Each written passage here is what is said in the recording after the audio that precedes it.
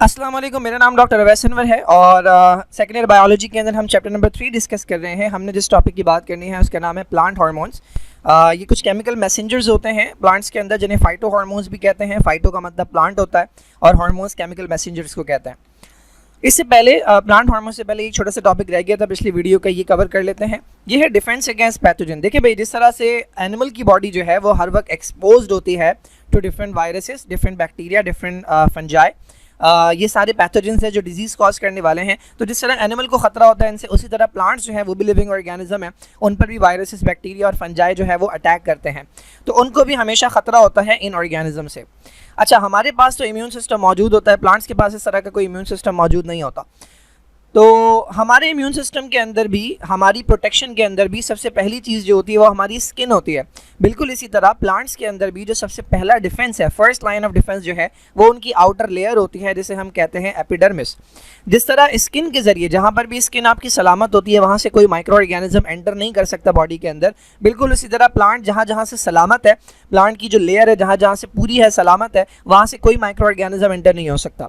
लेकिन कुछ ओपनिंग्स होती हैं कि जहाँ से माइक्रो ऑर्गेनिज्म एंटर कर सकता है। लाइक कोई वुंड है, प्लांट के अंदर कहीं पर कट लगा हुआ है तो एपिडर्मिस के अंदर ब्रेक आ गया, ये एपिडर्मिस आ रही है, ठीक है, यहाँ पे कट लगा हुआ है तो ये एपिडर्मिस के अंदर ब्रेक आ गया।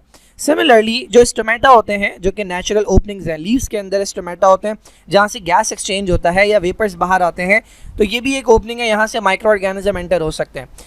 तो अब जब एक माइक्रो ऑर्गेनिज्म यहाँ से एंटर हो जाएगा तो अब तो ये अंदर आ गया। तो अब सेकंड लाइन ऑफ डिफेंस आता है जिसके अंदर प्लांट्स कुछ केमिकल प्रोड्यूस करते हैं जिन्हें हम कहते हैं फाइटोएलेक्सिन। ये फाइटोएलेक्सिन ऐसे केमिकल्स होते हैं जो कि डिस्ट्रॉय कर देते हैं या फिर रोक देते हैं माइक्रो ऑर्गेनिज्म की ग्रोथ को। ये बिल्कुल उसी तरह है जिस तरह हमारी बॉडी के अंदर एंटीबॉडीज़ प्रोड्यूस होती हैं जो कि माइक्रो ऑर्गेनिज्म के साथ जाकर चिपक जाती हैं और उनको डिस्ट्रॉय कर देती हैं। तो ये फाइटोएलेक्सिन्स वो केमिकल्स हैं, इट्स लाइक एन एंटीबायोटिक, जो कि माइक्रो ऑर्गेनिज्म की ग्रोथ को रोकती हैं या फिर उन्हें किल कर देते हैं। जब भी किसी प्लांट के ऊपर कोई बैक्टीरिया, वायरस अटैक करता है और वो इन्फेक्टेड हो जाता है, तो बेसिकली ये जो इंजर्ड प्लांट टिश्यूज़ होते हैं ये कुछ केमिकल्स ऐसे रिलीज़ करते हैं जो अलार्म सब्सटेंस होते हैं। यानी एक पार्ट के अंदर अगर इन्फेक्शन होता है तो कुछ ऐसे केमिकल रिलीज़ होते हैं जो कि प्लांट की पूरी बॉडी में फैल जाते हैं और उसे और बाकी पार्ट्स को जो है वो ये मैसेज देते हैं कि कोई ना कोई पार्ट जो है वो अंडर अटैक है, तो बाकी के पार्ट्स जो है वो अपने आप को प्रिपेयर कर लेते हैं। दैट्स इट, छोटा सा टॉपिक था। Now let's talk about plant hormones. Plants की बॉडी के अंदर जो कंट्रोल एंड कोऑर्डिनेशन का एक सिस्टम है वो है हमारे पास केमिकल कोऑर्डिनेशन। प्लांट्स के अंदर नर्वस सिस्टम नहीं होता तो उसमें नर्वस कोऑर्डिनेशन नहीं होती। अब ये जो केमिकल कोऑर्डिनेशन है ये कुछ केमिकल्स के जरिए होती है जिन्हें हम कहते हैं हार्मोन्स, या जिन्हें हम कहते हैं प्लांट के हार्मोन्स या फाइटो हार्मोन्स। हार्मोन की डेफिनेशन ये होती है कि दीज आर केमिकल मैसेंजर्स, जिनका काम होता है ये एक जगह से प्रोड्यूस होते हैं और ये बॉडी में फैलने के बाद कहीं ना कहीं अपना मैसेज देते हैं। कहाँ मैसेज देते हैं? एक हार्मोन जो पूरी बॉडी में घूम रहा होता है प्लांट की या एनिमल की, वो वहीं पर मैसेज देगा जहाँ पे इसका मौजूद होगा रिसेप्टर। फर्स्ट ईयर बायोलॉजी के अंदर आपने पढ़ा था कि जो मेम्ब्रेन होती है वो दो चीज़ों से बनती है। एक इसके अंदर लिपिड होते हैं, फॉस्फोलिपिड, और एक इसके अंदर प्रोटीन्स होती हैं। एक तरह की प्रोटीन्स होती हैं जो कि बिहेव करती हैं एज रिसेप्टर्स, ठीक है। तो इन रिसेप्टर के ऊपर आकर ये हार्मोन बैठता है और इस तरीके से ये अपना मैसेज ट्रांसफ़र करता है। किस किस तरीके से हार्मोन अपना काम करते हैं? तो भाई यहाँ पे दो चार तरीके लिखे हुए हैं। Number 1, altering gene expression. Gene expression कहते हैं डीएनए से प्रोटीन के बनने को। आपको पता है डीएनए में सारी इन्फॉर्मेशन है और वो बाहर कैसे आती है, उसका जो प्रोडक्ट है वो प्रोटीन है। तो ऑल्टर करने का मतलब यह है कि कोई डीएनए ज़्यादा काम करने लग जाएगा, प्रोटीन तेज़ बनना शुरू हो जाएगी, ज़्यादा बनना शुरू हो जाएगी, और कहीं पर ऐसा होगा कि जहाँ पर प्रोटीन बन रही थी वो वाला डीएनए काम करना बंद कर देगा। सिमिलरली बाय एक्टिवेटिंग और इनहिबिटिंग एंजाइम, जब भी कोई हार्मोन आएगा तो या तो वो किसी एंजाइम को एक्टिवेट करवाएगा और वो एंजाइम कोई ना कोई काम करेगा तो चेंज आएगा, या फिर जो एंजाइम ऑलरेडी काम कर रहा था अगर उसकी ज़रूरत ख़त्म हो गई है तो हार्मोन आकर उस एंजाइम को रुकवा देगा, या फिर चेंज करेगा प्रॉपर्टीज़ ऑफ द मेम्ब्रेन। अब ये जो सेल मेम्ब्रेन है ये आपको पता है सेमी परमिएबल होती है। सेमी परमिएबल का मतलब यह है कि ये कुछ चीज़ों को गुजरने की इजाज़त देती है अंदर बाहर और कुछ चीज़ों को नहीं देती। तो अगर सपोज कर लें किसी चीज़ को गुजरने की इजाज़त नहीं है अभी और सेल को उसकी ज़रूरत है, तो जब हार्मोन आएगा तो सेल की जो मेम्ब्रेन की परमिएबिलिटी है वो चेंज हो जाएगी और जो चीज़ बाहर इंतज़ार कर रही थी वो सेल के अंदर आ जाएगी, जो चीज़ अंदर थी वो सेल के बाहर चली जाएगी। तो ये 3 तरीके हैं जिस तरह से प्लांट हार्मोन्स जो है वो वर्क करते हैं। नंबर 1, जीन एक्सप्रेशन चेंज करते हैं या बढ़ा देते हैं या कम कर देते हैं, एंजाइम को एक्टिवेट या इनहिबिट करते हैं, या फिर मेम्ब्रेन की प्रॉपर्टीज़ चेंज करते हैं जिसकी वजह से जो ट्रांसपोर्ट है उसके अंदर कोई ना कोई चेंज आता है। कहाँ से प्रोड्यूस होते हैं? तो देखें हमारे पास एनिमल्स के पास पूरा का पूरा एक सिस्टम होता है, एंडोक्राइन सिस्टम कहलाता है, जिसके अंदर बहुत सारे ग्लैंड्स होते हैं। ये ग्लैंड्स जो हैं ये प्रोड्यूस करते हैं हार्मोन्स। प्लांट्स के पास ऐसा कोई सिस्टम मौजूद नहीं होता। प्लांट्स के पास कोई स्पेशल ग्लैंड्स या कोई स्पेशल स्ट्रक्चर्स मौजूद नहीं होते। ये जो हार्मोन्स हैं ये यंग एम्ब्रियोनिक टिश्यूज जो होते हैं, जहाँ पे ग्रोथ हो रही होती है, वहाँ से प्रोड्यूस होते हैं, और कोई स्पेसिफिक ऑर्गन जो है वो हार्मोन्स की प्रोडक्शन का नहीं होता। तो ये 5 हार्मोन्स हैं प्लांट के जिन्हें हमने डिस्कस करना है, ठीक है। ऑक्सिन्स, गिबरेलिन्स, साइटोकाइनेंस, एब्सिसिक एसिड और इथीन। थोड़ी सी बात अगर मैं यहीं पर करूं तो ये जो 4 हार्मोन्स हैं, ऑक्सिन, गिबरेलिन, साइटोकाइनिन और इथीन, ये सारी ग्रोथ प्रोमोटिंग हार्मोन है, जबकि ये वाला जो है abscisic acid, this is a growth inhibiting hormone, ये ग्रोथ को रोकता है। दूसरी बात अगर मैं करूं तो ये जो 4 हार्मोन, ये वाला जो हार्मोन है ये बाकी सबसे डिफरेंट है। Why? Because it is a gas hormone, ठीक है। बाकी लिक्विड फॉर्म के अंदर होंगे, this is a gas hormone. हमने हर एक उसके ऊपर बात करनी है, हार्मोन के ऊपर थोड़ा सा इंट्रोडक्शन है, this is not important. Important जो है वो इनके रोल होते हैं, इनका जो फंक्शन है वो इंपॉर्टेंट होता है। लेकिन थोड़ी सी बात कर लेते हैं ऑक्सिन्स पे। ऑक्सिन्स जो है इन्हें डिस्कवर किया था इस बंदे ने, फ्रिट्ज वेंट ने। ये हमने पिछले लेक्चर के अंदर भी देखा था इसका नाम। दो तरह के ऑक्सिन्स होते हैं, एक नेचुरल है जो कि हमें प्लांट से मिलते हैं, और एक सिंथेटिक हैं जो कि लैब्स के अंदर बनाए जाते हैं। अच्छा भाई, हमारे पास ये पहले मेजर हार्मोन थे जिन्हें डिस्कवर किया गया था, यानी ये जो 5 हार्मोन्स हैं इनके अंदर सबसे पहला जो डिस्कवर किया जाने वाला हार्मोन था वो ऑक्सिन्स। और ऑक्सिन्स जो है इसके आगे एस लगा हुआ है, इसका मतलब ये एक हार्मोन नहीं है, ये एक कैटेगरी है जिसके अंदर डिफरेंट केमिकल्स आते हैं जो एक ही तरह से वर्क करते हैं। मोस्ट कॉमन टाइप जो है नेचुरल के अंदर, जो मोस्ट कॉमन टाइप है, जो प्रिंसिपल टाइप ऑक्सिन का है, वो है इंडोल एसिटिक एसिड। देखिए इसके बारे में आपको जानने की ज़रूरत नहीं है कि इसका स्ट्रक्चर कैसा है या ये क्या है, आपको बस इतना जानना है कि ये ऑक्सिन का ऑक्सिन्स की कैटेगरी के अंदर आता है, ठीक है। ये इसका केमिकल नेम है indole acetic acid. Second year के अंदर आप ऑर्गेनिक केमिस्ट्री पढ़ते हैं तो वहाँ पर अगर आप पढ़ेंगे तो आपको समझ आ जाएगा कि ये एसिटिक एसिड क्या होता है। अच्छा भाई, कहाँ ये सिंथेसाइज होता है? रूट और स्टेम के एपिसिस के अंदर। एपिसिस कहते हैं टॉप पार्ट को। ये अगर हमारे पास स्टेम है और ये हमारे पास नीचे रूट है तो इसका जो टॉप पार्ट है और इसका जो टॉप पार्ट है ये एपिसिस कहलाते हैं। अच्छा, इंडोल एसिटिक एसिड के अलावा इसके अलावा नेचुरली अकरिंग के अंदर आता है ये 4-क्लोरो इंडोल एसिटिक एसिड, ठीक है। उसी के अंदर चौथे कार्बन पे क्लोरीन लगा दिया। फिनाइल एसिटिक एसिड या इंडोल 3 ब्यूटायरिक एसिड, ये सारे नेचुरल हैं, आपसे इनमें से कुछ भी नहीं पूछा जाता। सिंथेटिक ऑक्सिन की अगर हम बात करें तो नेफ्थलीन एसिटिक एसिड और two four dichlorophenoxy acetic acid, these are just the names, ठीक है। इसका नाम अगर याद रख लें तो बहुत अच्छी बात है, इंडोल एसिटिक एसिड, क्योंकि ये मेन टाइप का ऑक्सिन है। बाकी सबके नाम याद रखने की ज़रूरत नहीं है। Now let's talk about the role. Main जो है वो इनके फंक्शंस है, ये फंक्शंस आपसे पूछे जाते हैं। Now the first function is it stimulate cell division, cell enlargement, ठीक है। एंड इन दोनों की वजह से होता ये है कि length of the plant increase होती है। जाहिर सी बात है, जब सेल डिवीजन होगी तो नए सेल ऐड होंगे, जहाँ पर भी नए सेल ऐड होंगे वहाँ का साइज इंक्रीज होगा। सेल एनलार्जमेंट जहाँ पर भी होगी वहाँ का सेल जब अपना साइज इंक्रीज करेगा तो उस पार्ट का साइज जो है वो इंक्रीज होगा। अब ये सेल एनलार्जमेंट किस तरह से करवाता है? ये कुछ ऐसे केमिकल प्रोड्यूस करता है जो सेल वॉल को लूज करते हैं। जब सेल वॉल लूज होगी तो जाहिर सी बात है वो स्ट्रेच हो सकेगी। ये अगर एक प्लांट का सेल है जिसकी सेल वॉल स्टिफ है, जब तक ये सेल वॉल लूज नहीं होगी, ये इसकी सेल वॉल है, जब तक ये सेल वॉल लूज नहीं होगी इसका साइज जो है वो इंक्रीज नहीं हो सकता।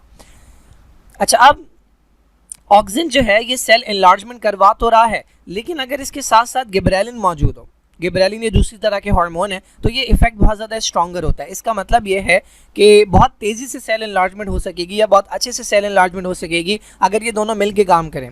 लेकिन ऑक्सिन अकेला भी काम कर सकता है, लेकिन गिबरेलिन के साथ मिलके एक से भले दो तो ये ज़्यादा बेहतर काम करते हैं। सिमिलरली ऑक्सिन करवाता है क्या? सेल डिवीजन, लेकिन ये इफेक्ट भी स्ट्रॉन्ग होता है ज़्यादा जब ये साइटोकाइनिन के साथ मिलकर काम करता है, ठीक है।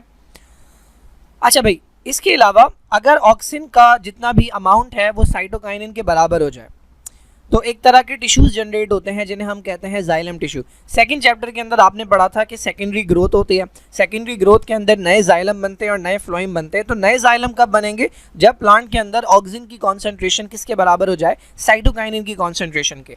तो ये ऑक्सिन एक तो अकेले भी काम कर रहा है और दूसरा दूसरे हार्मोन के साथ मिलकर भी काम कर रहा है। This is very important hormone, growth के लिए बहुत इंपॉर्टेंट हार्मोन है। आप देखेंगे इसके रोल अकेले भी और दूसरों के साथ मिलकर भी। तो ये एक फंक्शन हो गया, cell division and cell enlargement. कहाँ गया? सेकंड हमारे पास फंक्शन है इनिशिएशन ऑफ रूट्स। अगर कोई कट स्टेम है और आप उसके ऊपर ऑक्सीजन को स्प्रे करते हैं तो वहाँ से एडवेंटिशियस रूट्स निकलना शुरू हो जाती हैं। ये हमारे पास एक स्टेम है, अगर इसके ऊपर ऑक्सीजन इस्तेमाल किया जाए तो इससे इस तरह के बारीक बारीक से स्ट्रक्चर निकलना शुरू हो जाते हैं। These are called adventitious root. जो एक रूट निकलती है सिंगल पॉइंट से ये कहलाती है टैप रूट, और ये जो मल्टीपल पॉइंट से निकलती हैं ये कहलाती है एडवेंटिशियस रूट। तो अगर कट बेस है स्टेम का और ऑक्सीजन अप्लाई किया जाए तो वहाँ से रूट्स निकलना शुरू हो जाते हैं। थर्ड हमारे पास है एब्सिजन। एब्सिजन कहते हैं फॉल होने को, गिरने को। देखें ऑक्सीजन ना एब्सिजन करवाता नहीं है।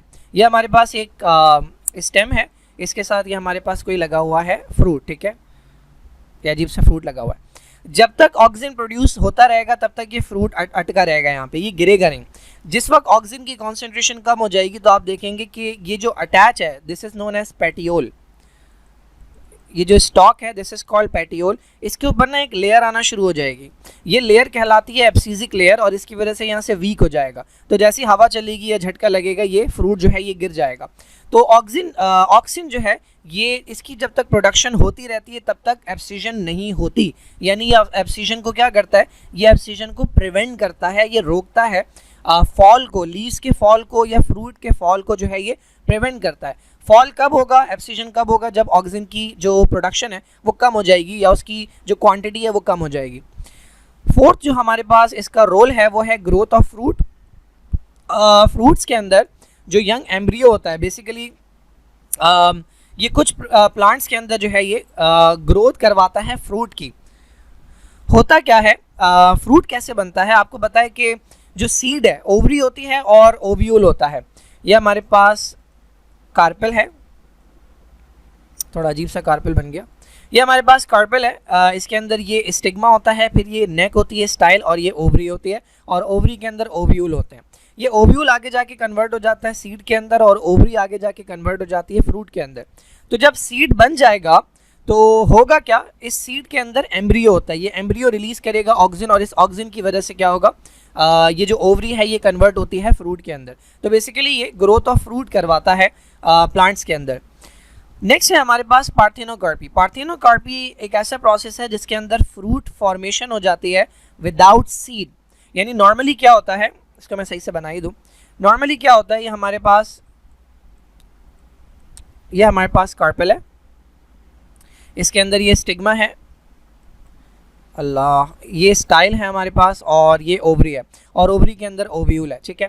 ये जो ओव्यूल है ये आगे जाकर कन्वर्ट हो जाएगा सीड में, और ये जो ओवरी है ये आगे जाकर कन्वर्ट हो जाएगी फ्रूट में। जब भी आप देखते हैं कि फ्रूट के अंदर जो है वो सीड मौजूद होता है, क्योंकि ओवरी से फ्रूट बनता है और ओव्यूल से सीड बनता है।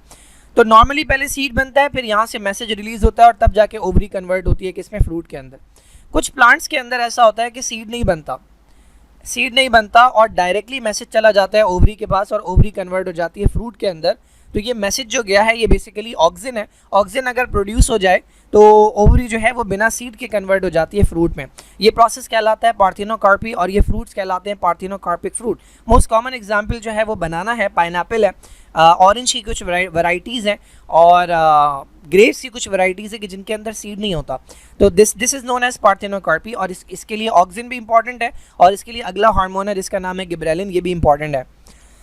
नेक्स्ट है हमारे पास एपिकल डोमिनेंस। ऑक्सीजन का एक बड़ा इंपॉर्टेंट रोल है जिसे हम कहते हैं एपिकल डोमिनेंस। तो हमने पहले भी देखा था कि ऑक्सीजन का एक इनहिबिटरी इफेक्ट था, यानी ये ऑक्सीजन को रोक रहा था। एक यहाँ पर एपिकल डोमिनेंस, ये भी इनहिबिटरी इफेक्ट है ग्रोथ के ऊपर। कैसे होता है भाई ये एपिकल डोमिनेंस क्या है, तो हमारे पास अगर ये एक प्लांट है, ठीक है, ये अगर हमारे पास एक प्लांट है और इससे ये ब्रांचेस निकली हुई हैं, ठीक है, तो इसका जो टॉप पार्ट है इसे हम कहते हैं एपिकल बर्ड। यहाँ पर ग्रोथ हो रही है, ठीक है, दिस इज एपिकल बर्ड। और ये जो हमारे पास साइड में ब्रांचेस हैं इनके साथ साथ मौजूद होती हैं छोटी छोटी सी लैटरल बर्ड्स, यहाँ पर ये मौजूद होती हैं लैटरल बर्ड्स। तो जब तक प्लांट के अंदर एपिकल बर्ड मौजूद है, जब तक ये एपिकल बर्ड ग्रो होगी तो प्लांट ऊपर की तरफ जाएगा। ये वाली जो बर्ड्स है जिन्हें आप लैटरल बर्ड्स कह रहे हैं, इनकी ग्रोथ रुकी रहती है, तो प्लांट जो है वो आपको ब्रांचिंग होता हुआ नजर नहीं आएगा। यानी प्लांट की हॉरिजॉन्टल ग्रोथ नहीं होगी, प्लांट वर्टिकली ग्रो होगा। जो ब्रांचेस निकली हुई है बस वही होंगी, प्लांट के अंदर मल्टीपल ब्रांचेस नहीं निकलेंगी। क्यों? क्योंकि ये जो एपिकल बर्ड है यहाँ से एक केमिकल रिलीज हो रहा है, और ये केमिकल इन लैटरल बर्ड्स को रोक के रख रहा है, इन्हें ग्रो होने नहीं दे रहा। ये कौन सा केमिकल है भाई? ये वही केमिकल है जिसको हम पढ़ रहे हैं, ये ऑक्सिन है। तो जब तक एपिकल बड होगी ऑक्सिन प्रोड्यूस होता रहेगा। ऑक्सिन जो है वो इन लैटरल बड्स को ग्रो होने से रोकेगा, तो आपको प्लांट ब्रांचिंग होता हुआ नजर नहीं आएगा। सपोज आप चाह रहे हैं कि आपके ऊपर जगह नहीं है, आप प्लांट को चाह रहे हैं कि ये ऊपर की तरफ ना जाए बल्कि ये साइड वे ग्रो करे, तो आप इस एपिकल बड को काट दें। जब आप इस एपिकल बड को काट देंगे तो आप देखेंगे ये लैटरल ब्रांचेस ग्रो होना शुरू हो जाएंगी और प्लांट में बहुत सारी ब्रांचेस आना शुरू हो जाएंगे। तो ये प्रोसेस के जिसके अंदर एपिकल बड की ग्रोथ जो है वो लैटरल बड्स की ग्रोथ को रोकती है, ये कहलाता है एपिकल डोमिनेंस और ये ऑक्सिन करवाता है। ठीक है, then we have weedicide. Weeds कहते हैं अनवांटेड प्लांट्स को। तो एपिकल ऑक्सिन को जो है वो अगर आप यूज़ करें, कौन सा ऑक्सिन?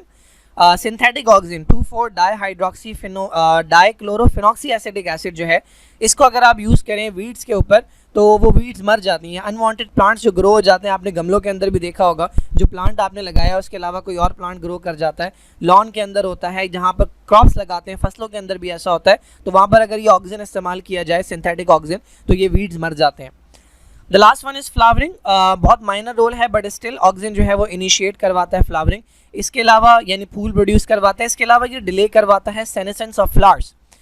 सेनेसेंस कहते हैं ओल्ड एज को, यानी बूढ़ा हो जाना। लीव्स जो हैं उनकी भी एक उम्र होती है, बूढ़े हो जाते हैं, फिर वो गिर जाते हैं। फ्लावर्स भी जो हैं वो बूढ़े हो जाते हैं, मुरझा जाते हैं। तो ऑक्सिन जो है ये डिले करवाता है, यानी फ्रेश रखता है लीव्स को या फ्लावर्स को लो कॉन्सेंट्रेशन के अंदर। So these are the roles of auxin. इसके बाद है हमारे पास सेकंड हार्मोन जिसे हम कहते हैं गिबरेलिन्स। अच्छा भाई, गिबरेलिन्स जो है ये अगेन एक ग्रुप है। ठीक है, गिबरेलिन एक हार्मोन नहीं है, गिबरेलिन्स जो है ये एक ग्रुप है केमिकल का, जिनका काम क्या है? प्रमोट करते हैं सेल डिवीजन और सेल इलॉन्गेशन। कहाँ से निकाले गए ये भाई? तो एक फंगस है जिसका नाम है गिबरेला फुजिकोराई। ये इन्फेक्ट करता है राइस के प्लांट को। और ये करता क्या है? देखिए, राइस जो है वो प्रोड्यूस होता है, राइस बेसिकली एक ग्रेन है और वो प्रोड्यूस होता है किसी न किसी सीडलिंग के अंदर। तो ये एक बीमारी होती है जिसे हम कहते हैं बकाने। बकाने के अंदर, बकाने को बेसिकली फुल सीडलिंग भी कहते हैं। इसके अंदर होता यह है कि जब फंगस इसके ऊपर लग जाता है, इस प्लांट के ऊपर जब फंगस लग जाता है, तो फंगस इतना ज़्यादा गिबरेलिन प्रोड्यूस करता है कि वो जो सीडलिंग है वो उसका साइज़ बढ़ता चला जाता है और वो इतनी भारी हो जाती है कि वो बिना चावल प्रोड्यूस करे गिर जाती है। तो इसी वजह से इस बीमारी को हम कहते हैं फुली सीडलिंग, जो कि गिबरेला फुजिकोराई फंगस कॉज करता है। तो इन्फेक्टेड सीडलिंग जो है वो इलोंगेट हो जाती हैं और अल्टीमेटली फेल कर जाती हैं विदाउट प्रोड्यूसिंग ग्रेन, तो चावल प्रोड्यूस नहीं होते। ये दो लोग थे, इन्होंने इसे आइसोलेट किया, टी याबूटा और टी हायाशी। बेसिकली इन्होंने किया क्या? इन्होंने इस फंगस से एक्सट्रैक्ट निकाला, ठीक है, सोल्यूशन निकाला और उसको दोबारा से राइस प्लांट के ऊपर लगाया, हेल्दी राइस प्लांट के ऊपर लगाया, तो दोबारा से डिजीज़ प्रोड्यूस हो गई। इसका मतलब फंगस जो है वो कोई ना कोई केमिकल प्रोड्यूस कर रहा था। फिर उन्होंने उस एक्टिव सब्सटेंस को आइसोलेट किया और उसे नाम दिया गिबरेलिन का, इसके नाम के ऊपर, गिबरेला फुजिकोराई के नाम के ऊपर। 70 डिफरेंट टाइप्स ऑफ गिबरेलिन जो है ये डिस्कवर किए जा चुके हैं। तो इसका मतलब ये गिबरेलिन एक हार्मोन नहीं है, ये बेसिकली एक ग्रुप है। कहाँ कहाँ प्रोड्यूस होता है भाई? रूट के अंदर, स्टेम के अंदर और लीव्स के अंदर। अब आ जाते हैं रोल पे, क्या इसके फंक्शंस है? तो आप देखेंगे इसके कुछ फंक्शंस जो हैं वो मैच करते हैं ऑक्सिन से। तो हम बात करेंगे उन फंक्शंस की जो कि थोड़े से यूनिक है। तो पहली बात तो सेल डिवीजन, ये फंक्शन इसका मैच कर रहा है किससे? ऑक्सिन से। मैंने बताया था कि ऑक्सिन जो है और गिबरेलिन ये मिलकर सेल डिवीजन करवाते हैं, क्योंकि ये ऐसे फैक्टर प्रोड्यूस करते हैं, सॉरी सेल डिवीजन नहीं, सेल इलॉन्गेशन ये मिलकर करवाता है किसके साथ? ऑक्सिन के साथ। तो गिबरेलिन जो है ये सेल डिवीजन भी करवाता है ऑक्सिन की तरह। इलॉन्गेशन कैसे करवाएगा? ये ऐसे केमिकल प्रोड्यूस करते हैं जो कि सेल वॉल को लूज करते हैं, जिसकी वजह से सेल एबल होता है कि अपना साइज जो है वो लंबा कर सके। तो these are not that important. Important क्या है? They prevent genetical and physiological dwarfism. Dwarfism कहते हैं छोटा रह जाने को। तो अगर एक प्लांट है जो कि छोटा रह गया है, इसका मतलब शायद उसके अंदर गिबरेलिन प्रोड्यूस ना हो रहा हो। तो अगर आप उसे गिबरेलिन से ट्रीट करेंगे तो वो दोबारा से अपनी नॉर्मल हाइट पर चला जाएगा। यहाँ पर उन्होंने बताया कि डॉर्फ पी प्लांट, मेंडल ने जो अपने एक्सपेरिमेंट किए थे वो पी प्लांट के ऊपर किए थे। पी प्लांट की दो वैरायटीज़ होती हैं, एक टॉल और एक डॉर्फ। तो जो डॉर्फ पी प्लांट था उसे जब गिबरेलिन के साथ ट्रीट किया गया तो वो दोबारा से नॉर्मल साइज़ का हो गया। इसका मतलब ये डॉर्फिज्म को प्रिवेंट और ट्रीट कर सकते हैं। तो ये एक इंपॉर्टेंट फंक्शन है इनका। इसके अलावा they also mobilize food stored in endosperm by producing enzyme amylase. देखिए भाई, सीड जो होता है ना, उस सीड के 3 पार्ट्स होते हैं। एक इसके ये आउटर कवरिंग्स होती हैं जिन्हें कहते हैं सीड कोट। उसके बाद इसके अंदर मौजूद होता है एम्ब्रियो, जिससे निकलती है रूट और स्टेम, और बाकी इसके अंदर स्टोर्ड फूड होती है जिसे एंडोस्पर्म कहते हैं। ठीक है, दिस इज एंडोस्पर्म। अब इस एंडोस्पर्म के अंदर जो फूड है वो बड़े बड़े स्ट्रक्चर्स की फॉर्म में होती है, जिसे आप स्टार्च कहते हैं। अब ये जो एम्ब्रियो है ये स्टार्च तो इस्तेमाल नहीं कर सकता, तो इस स्टार्च को तोड़ के बनाना होता है ग्लूकोज। ये काम करता है एक एंजाइम जिसका नाम है अमाइलेज। ये बेसिकली स्टार्च को तोड़ता है अमाइलोज के अंदर और उसके बाद फिर फर्दर जो है ये टूटता है। बट द पॉइंट इज कि इस स्टार्च को, स्टोर्ड फूड को तोड़ने की जिम्मेदारी अमाइलेज की होती है और इस अमाइलेज को प्रोड्यूस करवाना जो है ये जिम्मेदारी होती है गिबरेलिन की। क्योंकि हार्मोन जब आता है, आपको मैंने बताया था हार्मोन्स क्या करते हैं, ऑल्टर करते हैं जीन एक्सप्रेशन को, तो ये जाके उस डीएनए को एक्टिवेट करेगा जिस डीएनए का काम है अमाइलेज प्रोड्यूस करना, तो अमाइलेज प्रोड्यूस होगा, फिर वो आगे जाकर कन्वर्ट करेगा स्टार्च को सिंपल शुगर के अंदर ताकि उसे एम्ब्रियो यूटिलाइज करे। इसके अलावा ये स्टिमुलेट करते हैं फ्लावरिंग, कुछ प्लांट में फ्लावरिंग प्रोड्यूस करवाएंगे, फ्रूट डेवलपमेंट करवाएंगे। This is again important parthenocarpy. ये आपने उसके अंदर भी देखा था ऑक्सिन के अंदर, यानी अगर ये भी प्रोड्यूस हो जाए तो बिना सीड बने क्या बन जाएगा, फ्रूट बन जाएगा। तो पार्थेनोकार्पी ये दोनों करवाते हैं। इसके अलावा बर्ड स्प्राउटिंग है, बर्ड्स का निकलवाना, ये इंपॉर्टेंट है। ग्रोथ ऑफ पॉलन ट्यूब, आपको पता है कि ये जो कार्पेल है, कार्पेल के 3 पार्ट्स होते हैं, अभी हमने देखे थे, एक स्टिग्मा है, एक स्टाइल है और एक ओवरी है। ओवरी के अंदर यहाँ पर मौजूद होता है ओव्यूल और इस ओव्यूल के अंदर मौजूद होता है एग, ठीक है। यहाँ पर जो मेल पार्ट होता है फ्लावर के अंदर जिसे आप कहते हैं स्टेमन, उस स्टेमन के अंदर ये ऊपर वाला पार्ट होता है जिसे कहते हैं हम एंथर। एंथर के अंदर बनते हैं पॉलन ग्रेन। ये पॉलन ग्रेन यहाँ से मूव करके आता है यहाँ पे, this is called pollination. Pollination के बाद यहाँ से पॉलन ग्रेन बनाना शुरू करता है एक ट्यूब जिसे हम कहते हैं पॉलन ट्यूब। तो ये जो पॉलन ट्यूब है इसकी ग्रोथ करवाना जो है ये भी जिम्मेदारी होती है गिबरेलिन की। यानी पॉलन ट्यूब का जो न्यूक्लियस है वो प्रोड्यूस कर रहा होता है मुसलसल गिबरेलिन, जो कि सेल डिवीजन करवाएगा ताकि नए नए सेल ऐड हो और पॉलन ट्यूब जो है वो ग्रो करती रहे। So this is all about gibberellin. ये 3 फंक्शंस जो है ये आपने लाजमी याद रखने हैं। नंबर 1 ये प्रिवेंट करते हैं डॉर्फिज्म, दूसरा जो है ये ग्रोथ करवाते हैं पॉलन ट्यूब की, और तीसरा जो है ये मोबिलाइज करवाते हैं स्टोर्ड फूड को। थर्ड ग्रुप जो है हमारे पास वो है साइटोकाइनेंस। साइटोकाइनेंस के अंदर भी 2 तरह के आते हैं, नेचुरल है, सिंथेटिक है। अच्छा, साइटोकाइनेन के बारे में एक बात हमने देखी थी कि ये ऑक्सिन के साथ मिलकर करवाता है सेल डिवीजन। साइटोकाइनेन अकेला नहीं करवा सकता। साइटोकाइनेन जो सेल डिवीजन करवाता है वो सिर्फ और सिर्फ ऑक्सिन के साथ करवाता है, और जब ये दोनों मिलके देखें, ऑक्सिन तो अकेला भी करवा सकता है, लेकिन जब ये साइटोकाइनेन के साथ मिलके करवाता है तो ये बहुत रैपिड काम करते हैं, बहुत तेज़ी से सेल डिवीजन होती है। अब ये साइटोकाइनेन निकाले कहाँ से गए थे भाई? तो पहले ये मिले थे कोकोनट मिल्क से। इसके अलावा 2 सोर्सेस और हैं, एक हेरिंग स्पर्म डीएनए है और एक यीस्ट के एक्सट्रैक्ट में से। तो यीस्ट है, हेरिंग है, हेरिंग बेसिकली एक वेल होती है आई थिंक, उसकी स्पर्म के डीएनए में से मिला था, यीस्ट एक्सट्रैक्ट है और कोकोनट मिल्क है। इन तीनों के अंदर से ये हमारे पास हार्मोन जो है ये मिला था। तो जो नेचुरली अकरिंग है वो बेसिकली कहलाता है जियाटिन, ठीक है। ये नेचुरली अकरिंग है, ये कहाँ से मिला था? कॉर्न के ग्रेन से। और इसके अलावा काइनेटिन जो है ये सिंथेटिक है। देखिए, जब आपको नेचुरली अकरिंग मिल जाता है ना, नेचुरली अकरिंग मिल जाता है तो आप उसका स्ट्रक्चर स्टडी करने के बाद जो है वो उसका सिंथेटिक वर्जन बना सकते हैं। मैंने एंटीबायोटिक्स जब पढ़ाई हैं तो उसमें मैंने बताया कि जब आप एक बार नेचुरल एंटीबायोटिक का स्ट्रक्चर देख लेते हैं फिर उसकी कॉपी बनाई जा सकती है, और कई बार कॉपी बेटर वर्क करती है। तो ये जो जियाटिन है ये नेचुरली अकरिंग है, आपको नेचर से मिलता है, फिर साइंटिस्ट जो है वो उसकी कॉपी तैयार कर सकते हैं लैब के अंदर। हेरिंग जो है आई थिंक ये फिश होती है, ये वेल नहीं होती। खैर, it's not that important. What is the role of cytokinin? Cytokinin का एक रोल तो हो गया सेल डिवीजन किसके साथ मिलके? ऑक्सिन के साथ मिलके। Then it causes delayed senescence. Delayed senescence का मतलब ये है कि ये ओल्ड एज को जो है ये डिले करवाती है, यानी ये हरा भरा रखेगी प्लांट को।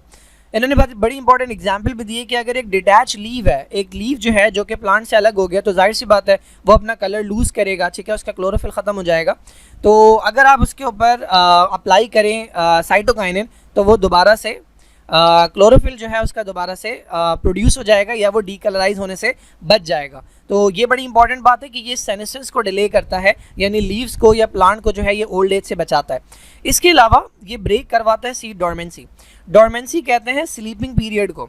जब भी सीड बनता है तो ऐसा तो नहीं होता ना कि फ़ौरन से प्लांट बनना शुरू हो जाए, तो सीड के बनने से लेकर जब तक उससे प्लांट नहीं निकलता तब तक का वक्त जो है ये कहलाता है डोरमेंसी। तो वो साइटोकाइनिन है जो सीड को नींद से जगाता है, वो कहता है भाई उठो, प्लांट बनने का वक्त आ गया। आप देखेंगे एक हार्मोन है एब्सिसिक एसिड, वो सीड को सुला के रखता है कि भाई कोई ज़रूरत नहीं है, इस वक्त कंडीशंस अनफेवरेबल है, प्लांट के बनने की ज़रूरत नहीं है। लेकिन जो साइटोकाइनिन है वो ब्रेक करवाता है seed dormancy and then fruit development करवाता है सम स्पीशीज़ के अंदर। खैर, ये आ गया हमारे पास एब्सिसिक एसिड। इसकी एक इंपॉर्टेंट बात मैंने बताई थी कि this is not a growth promoting hormone, this is a growth inhibitor. ये ग्रोथ को इनहिबिट करवाता है। इसके जो इफेक्ट्स हैं वो ऑपोजिट होते हैं बाकी हार्मोन्स के। क्यों इनहिबिट करवाता है? क्योंकि कंडीशंस जो होती हैं वो एडवर्स होती हैं या अनफेवरेबल कंडीशंस होती हैं। जाहिर सी बात है इन कंडीशंस के अंदर प्लांट को ग्रो नहीं करना चाहिए बल्कि ग्रोथ को रुकना चाहिए। तो कौन कौन सी कंडीशन है? लाइक ड्राउट है, पानी की कमी है, ठीक है, या विंटर आ रहा है, कंडीशंस आगे अनफेवरेबल होंगी। क्या क्या करवाता है ये? इट इंड्यूसेस डोरमेंसी, वो ब्रेक करवा रहा था साइटोकाइनिन, ये इंड्यूस करवाता है, यानी सीड को या बर्ड्स को, कलियों को ये सुला के रखता है कि अभी ग्रो करने की ज़रूरत नहीं है। सिमिलरली हमने स्ट्रेस वाली वीडियो के अंदर देखा था कि ये स्टोमेटा को बंद करवाता है। क्यों? क्योंकि प्लांट जो है वो मुसलसल पानी लूज़ कर रहा है, गर्मी बहुत ज़्यादा है, अगर बहुत ज़्यादा पानी लूज़ कर जाएगा तो डिहाइड्रेशन से डेथ हो जाएगी। सिमिलरली ये टर्न करवाएगा लीफ प्राइमोडिया को इनटू स्केल। जो लीव्स हैं उन्हें ये कन्वर्ट करवा देगा स्केल्स के अंदर या स्पाइंस के अंदर, ताकि जो है हर्बीवोरी से भी बचा जा सके और ट्रांसपायरेशन को भी रिड्यूस किया जा सके। और ये प्रमोट करवाता है सेनेसेंस। अगर एक लीव है वो मौजूद है तो जितने ज़्यादा लीव्स होंगे उतनी ज़्यादा ट्रांसपायरेशन होगी। तो एब्सिसिक एसिड क्या करवाता है? सेनेसेंस करवा देता है, यानी लीव को जो है वो गिरवा देता है, प्लांट से हटा देता है, ताकि कम से कम लीव्स और कम से कम ट्रांसपायरेशन हो।